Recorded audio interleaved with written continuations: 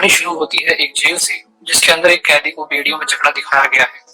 और फिर जेल के सिपाही वहां आकर जेल खोलते हैं और उस कैदी को घसीटते हुए जेल के ऊपर एक बालकनी में ले जाते हैं, जहां बाहर उस शहर के लोग जोर जोर से चीखते चिल्लाते नजर आते हैं। लोग गुस्से से उस कैदी को देखकर कातिल खूनी दरिंदा चिल्लाते हुए नजर आते हैं। और बेकाबू भीड़ को देख जेलर एक गार्ड को कोर्ट द्वारा दिया गया सजा का ऐलान पढ़ने को कहता है। गार्ड भीड़ के सामने कहता है कि कोर्ट ने 2 दिन बाद उस कैदी को फांसी की सजा सुनाई है, लेकिन फांसी से पहले एक जल्लाद द्वारा उसके हाथ पैर एक सूली पर बांधकर पूरे शहर के सामने तोड़े जाएंगे। और ये सुन लोग खुशी से झूम उठते हैं। अब आखिर ये कैदी कौन था और उसे ऐसी भयानक सजा क्यों मिली थी? उसने आखिर ऐसा क्या किया था? इन्हीं सब सवालों की गुत्थी सुलझाने के लिए फिल्म की कहानी फ्लैशबैक में जाती है, जहां हम उस दौर के शहर पेरिस की फिश मार्केट को देखते हैं, जो शहर की सबसे बदबूदार जगह थी, जहां लोग मछली और मीट बेचकर अपना जीवन व्यतीत करते थे। अब हम देखते हैं कि एक मछली बेचने वाली गर्भवती महिला को अचानक प्रसव पीड़ा उठती है और वो मछली रखने वाले बेंच के नीचे एक शिशु को जन्म देती है और उसे लाश से हटाकर साइड कर देती है। दरअसल उस महिला की पिछली 4 संतानें मरी पैदा हुई थी और हर बार उन्हें ऐसे ही बेंच के नीचे जन्म देकर शाम को सड़ी गली मछलियों की गंदगी के साथ नदी में फेंक देती थी। लेकिन इस बार उसने जीवित बच्चे को जन्म दिया था, जो वहां पड़ी बदबूदार गंदगी को सूंघता है और रो पड़ता है, जिसे सुन वहां के खड़े लोग उस पर ध्यान देते हैं और उसे ऐसी गंदगी में अकेला पड़ा देख लोग उसकी माँ को उसका दोषी समझ लेते हैं। तो दोस्तों, ये बच्चा वही कैदी है जिसे सजा सुनाई गई थी और जिसका नाम था जॉन बैप्टिस्ट ग्रैनोई, जिसका जन्म 2 चीजों के साथ हुआ था। पहली, उसके पास दुनिया की सबसे बेहतरीन नाक थी, जिससे वो कुछ भी और कहीं से भी सूंघ सकता था। और दूसरी, जब भी कोई शख्स उसका फायदा उठाता या उसे अपनी जिंदगी से दूर करता, तो उस शख्स की किसी कारणवश मौत हो जाती थी, जैसे कि उसकी माँ की, जो जन्म देते ही उसे दूर कर देती है। नतीजा, उसे कोर्ट द्वारा फांसी की सजा दी जाती है और जॉन को मैडम गिलार्ड के अनाथ आश्रम में भेज दिया जाता है, जो सिर्फ पैसों के लिए बच्चों को पालती थी। लेकिन अनाथ आश्रम में अपनी जगह छीन जाने के डर से वहां के कुछ बच्चे जॉन को मारने की कोशिश करते हैं, लेकिन गिलार्ड बीच में आकर उसे बचा लेती है और उन बच्चों को छड़ी से मारती है। और अनाथ आश्रम के ऐसे हालातों के बीच जॉन 5 साल की उम्र तक बोलना नहीं सीख पाता, लेकिन उसकी चीजों को सूंघने की शक्ति उसकी उम्र के साथ हर साल बढ़ती जाती है। अब 13 साल की उम्र में आश्रम में जगह न होने के कारण गिलार्ड उसे एक जानवरों की खाल के व्यापारी ग्रिमल को बेच देती है। और जैसे ही जॉन गिलार्ड की जिंदगी से जाता है, कुछ चोर गिलार्ड को मारकर उसके पैसे चुरा लेते हैं। ग्रिमल अगले 5 सालों तक जॉन से जानवरों की तरह काम करवाता है और उसकी काम के प्रति लगन देख एक दिन वो उसे शहर ले जाता है, जहाँ जॉन पहली बार बदबूदार दुनिया के परे अलग अलग खुशबुओं से रूबरू होता है। जॉन सामान छोड़ने के बाद एक दुकान से आ रही महक की तरफ आकर्षित होता है, जो कि दरअसल परफ्यूम शॉप से आ रही होती है, जहां वो दुकानदार को एक परफ्यूम की बोतल के साथ देखता है, जो शहर का मशहूर परफ्यूम आमोर एंड साइकी था। लेकिन उस परफ्यूम की खुशबू के बीच उसे एक और अद्भुत महक का एहसास होता है। वो उस महक का दीवानों की तरह पीछा करता है, जो कि एक निहायती खूबसूरत फल बेचने वाली लड़की से आ रही थी। वो इस एहसास को समझ नहीं पाता और उस लड़की के करीब जाता है, जिसे देख लड़की घबरा जाती है, लेकिन उसे कोई गरीब भूखा समझकर उसे फल देती है। वो उसकी महक से आकर्षित होकर उसके हाथ को पकड़कर सूंघता है, जिससे लड़की डरकर भाग जाती है। लेकिन अपनी उम्र के साथ बढ़ती हुई सूंघने की एबिलिटी से वो एक बार फिर उसे ढूंढ लेता है और चुपके से उसके पीछे जाकर बैठ जाता है। अब लड़की को उसकी मौजूदगी का एहसास होता है और वो डर के मारे जैसे ही चिल्लाने लगती है, तो जॉन उसका मुंह दबा देता है और वहां खड़े लोगों और पकड़े जाने के डर से दबाए रखता है। लेकिन लोगों को जाते देख जैसे ही वो लड़की के मुंह से हाथ हटाता है, तो लड़की मर चुकी होती है और उसके शरीर की महक धीरे धीरे खत्म हो जाती है, जिसे देख जॉन निराश हो जाता है और समझ नहीं पाता आखिर खुशबू गई कहाँ। अब कहानी में एक और किरदार आता है, जिसका नाम है जिसेपी बाल्डिनी, जो कि कभी पेरिस का फेमस परफ्यूमर हुआ करता था। लेकिन शहर में आए नए परफ्यूमर्स के बाद उसका धंधा मंदा हो चुका था, जिसके कारण वो दूसरे परफ्यूमर्स के फॉर्मूला चोरी करता था। और इस बार वो मशहूर आमोर एंड साइकी का फॉर्मूला चाहता है, लेकिन असफल रहता है। और उसी शाम जॉन बकरी की खाल की डिलीवरी देने बाल्दिनी की दुकान में जाता है और वहां पड़े तरह तरह के परफ्यूम देखता है। वो बाल्दिनी के शरीर से आ रही आमोर एंड साइकी की महक को सूंघ कर कहता है कि वो उसके लिए वैसा परफ्यूम बना सकता है, जिसे सुन बाल्दिनी उसे नौसिखिया बताते हुए उसका मजाक उड़ाता है। लेकिन जॉन उसे अपने सूंघने की एबिलिटी बताता है और उसे एक मौका देने के लिए कहता है। बाल्दिनी राजी हो जाता है और जॉन वहां पड़े तरह तरह के परफ्यूम और अपनी एबिलिटी से परफ्यूम बनाकर बाल्दिनी को देता है, जिसे सूंघ उसे आमोर एंड साइकी की खुशबू आती है और वो उसके इस टैलेंट से हैरान हो जाता है। लेकिन जॉन कहता है कि वो इससे भी बढ़िया परफ्यूम बना सकता है और अपने बनाए हुए उस परफ्यूम में कुछ नए परफ्यूम ऑयल्स डालता है और बाल्दिनी को देता है, जिसे सूंघ बाल्दिनी को बचपन के पहले प्यार की यादें ताजा हो जाती हैं। यानी उसके पास आमोर एंड साइकी से भी बढ़िया फॉर्मूला आ चुका था और जॉन जैसे हीरे को वो ग्रिमल से खरीद लेता है। नतीजा ग्रिमल की उसी रात शराब के नशे में नदी में गिरकर मौत हो जाती है। अब जॉन की बदौलत बाल्दिनी और उसके परफ्यूम्स पूरे पेरिस में मशहूर हो जाते हैं और वो जॉन को अपने परफ्यूम बनाने के तरीके सिखाता है। वो उसे कहता है कि हर परफ्यूम के 3 सेट होते हैं, जिसे हेड, हार्ट और बेस कहते हैं, और हर एक सेट की 4 अलग अलग खुशबुओं की बॉटल्स होती हैं, यानी टोटल 12 बॉटल्स, और इन सभी 12 खुशबुओं को मिलाकर एक परफ्यूम तैयार होता है। बाल्दिनी कहता है पुराने सदी के इजिप्ट वासी ये मानते थे कि एक बेहतरीन परफ्यूम 13 तरह की खुशबुओं से मिलकर बनता है, और ऐसे ही परफ्यूम के कनस्तर की खोज इजिप्ट में हुई थी, और जब वो खुला तो एक पल के लिए मानो पूरी दुनिया जन्नत में तब्दील हो गई थी। साथ ही वो बताता है कि 12 खुशबुओं को आसानी से पहचाना जा सकता है, लेकिन अगर कोई 13वीं खुशबू को बना ले तो दुनिया का कोई भी शख्स उस परफ्यूम का तोड़ नहीं निकाल सकता। ये बात जॉन के दिल में घात कर जाती है और उसका परफ्यूम बनाने के लिए जज्बा और भी बढ़ जाता है। वो बाल्दिनी से खुशबू को हमेशा बरकरार रखने का तरीका सिखाने को कहता है और बदले में दुनिया का सबसे बेहतरीन फार्मूला देने का वादा करता है। और बाल्दिनी उसे 10,000 गुलाब के फूलों की महक को अपनी डिजाइन की गई मशीन में डिस्टिल मेथड द्वारा एक बॉटल में डालने का तरीका बताता है, जिसे खुद उसने पेरिस आने से पहले एक शहर ग्रास में सीखा था। अब एक दिन बाल्दिनी शोर सुनकर उठता है और जॉन को रोते हुए देखता है। बाल्दिनी के पूछने पर जॉन उस पर झूठा होने का इल्जाम लगाता है और कहता है कि उसके तरीके से कांच, लोहे जैसी चीजों की खुशबू को वो बॉटल में कैद न कर सका।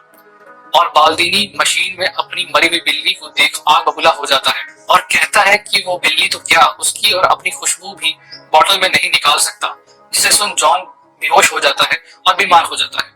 अब बाल्दिनी उसके बीमार हो जाने से परेशान हो जाता है और उसे अपनी शोहरत जाती हुई दिखती है कि अचानक तभी जॉन अधमरी हालत में उससे डिस्टिल मेथड के अलावा कोई और तरीका होने के बारे में पूछता है, जिसे सुन बाल्दिनी उसे जानवरों की चर्बी से खुशबू निकालने के मेथड के बारे में बताता है और इसकी पूरी जानकारी न होने के कारण उसे ग्रास जाने की सलाह देता है और बदले में उससे 1000 नए परफ्यूम के फॉर्मूलाज लेता है। बाल्दिनी उसे एक डॉक्यूमेंट देकर वहां से अलविदा करता है, जिसकी बदौलत वो ग्रास में दाखिल होने के साथ वहां काम भी सीख पाएगा। और जॉन के जाते ही उसका घर टूट जाता है, जिससे उसकी मौत हो जाती है। अब ग्रास जाते हुए जॉन को पहली बार आजादी का एहसास होता है। अब वो किसी का गुलाम नहीं था और एक ऐसा आजाद पंछी था जो अपनी उड़ान खुद तय कर सकता था। उसे ग्रास जाने के 2 रास्ते दिखते हैं, एक जो गांव से होकर जाता था और दूसरा पहाड़ों से होता हुआ। और अभी अभी मिली आजादी का मजा लेने के लिए वो पहाड़ों से जाना चुनता है। रास्ते में उसे एक एकांत गुफा मिलती है, जिसे वो अपना ठिकाना बनाता है। वो वहां सुकून भरी नींद लेता है और कई दिन वहां गुजारता है। लेकिन एक दिन उसे फलों वाली लड़की का सपना आता है, जहां वो लड़की उसे अनदेखा कर देती है। वो घबराकर उठ जाता है और अपने बदन को सूंघने लगता है, लेकिन उसे कोई खुशबू नहीं आती और बाहर हो रही बारिश में जाकर नहाता है। तब उसे एहसास होता है कि उसकी अपनी कोई खुशबू नहीं है, यानी उसका अपना कोई वजूद नहीं है। और शायद इसी कारण वो आज तक अपनी जिंदगी में सभी लोगों द्वारा सताया गया था। और अगली सुबह सूरज की पहली किरण के साथ ही वो ग्रास को रवाना हो जाता है और ये संकल्प करता है कि वो खुद की पहचान बना के इतिहास रचेगा। और तभी रास्ते में उसे अचानक वही महक आती है जैसी उसे फलों वाली लड़की के समय आई थी। वो देखता है कि एक बहुत ही खूबसूरत लड़की एक घोड़ा गाड़ी से उसके सामने से निकलती है, जिसे देख वो उसका पीछा करता है और ग्रास में आ जाता है। उस लड़की की खुशबू सूंघते हुए वो एक बंगले में दाखिल होता है, जो कि दरअसल वहां के अमीर व्यापारी एंटोनी रिचिस का होता है। और वो खूबसूरत लड़की लौरा उसकी बेटी होती है, जो पूरे ग्रास शहर में अपनी खूबसूरती के लिए मशहूर थी। अब जल्द ही जॉन ग्रास में मैडम अर्नुल्फी के नीचे काम करना शुरू कर देता है, लेकिन मैडम का पति दुरॉट जॉन से ईर्ष्या रखता है और हर बात के लिए उसे प्रताड़ित करता है। जॉन उन दोनों की देखरेख में जानवरों की चर्बी से खुशबू निकालने के 2 तरीके सीखता है और पहले तरीके का इस्तेमाल वो अपने साथ काम करने वाली लड़की पर करता है, जिसमें वो उस लड़की की डेड बॉडी को एक बड़े टैंक में जानवरों की चर्बी के साथ उबालता है, लेकिन उसे नाकामयाबी हासिल होती है।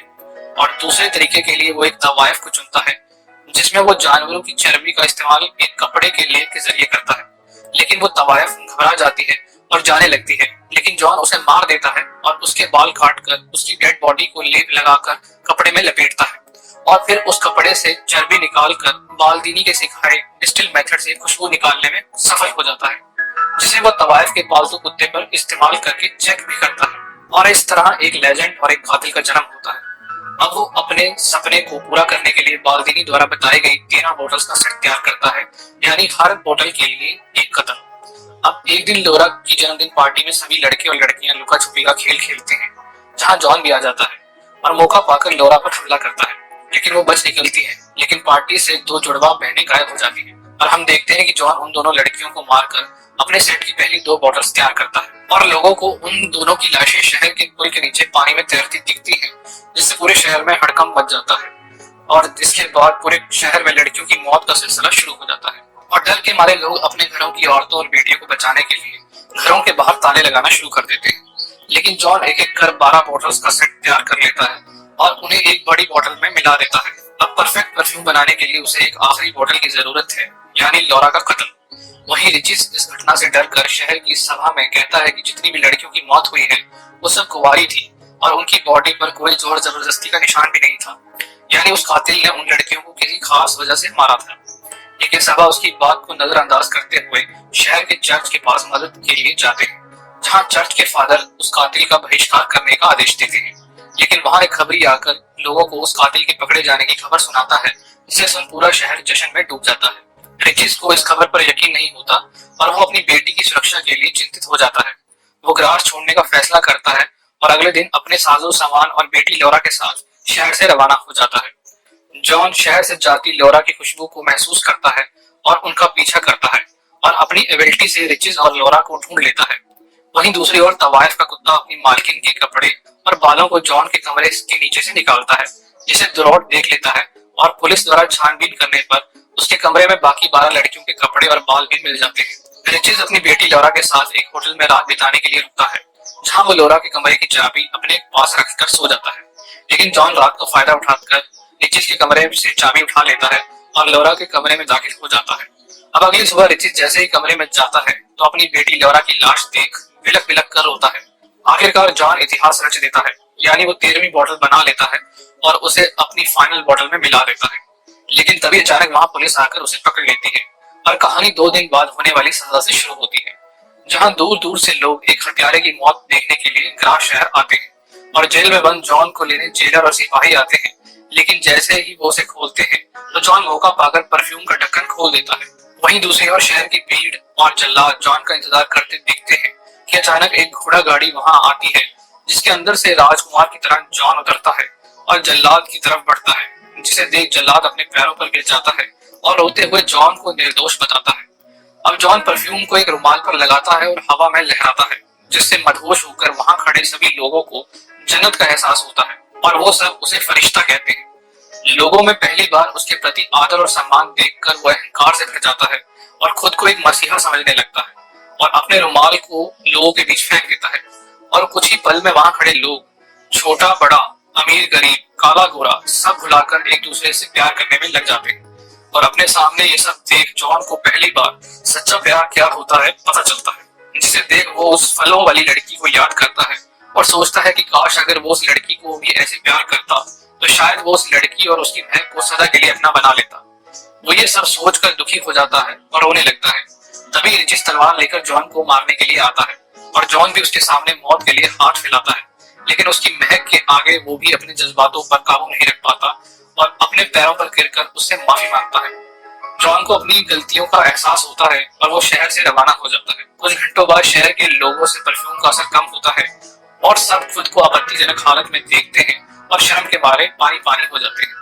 उसी दिन शहर की सभा लड़कियों के कत्ल के लिए दुरौट को दोषी मानती है, क्योंकि लड़कियों के बाल और कपड़े उसके घर के पीछे पाए गए थे और पुलिस की 14 घंटे की यात्राओं के बाद वो ये गुनाह कबूल भी कर लेता है। नतीजा उसे फांसी देकर मार दिया जाता है।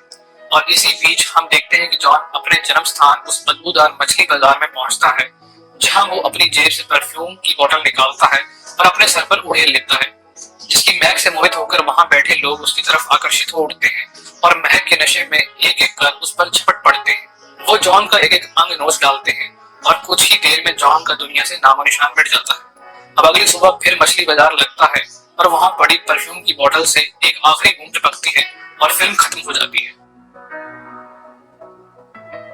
अब सवाल उठता है कि जॉन ने ऐसा क्यों किया और उस आखिरी बूंद का क्या मतलब था।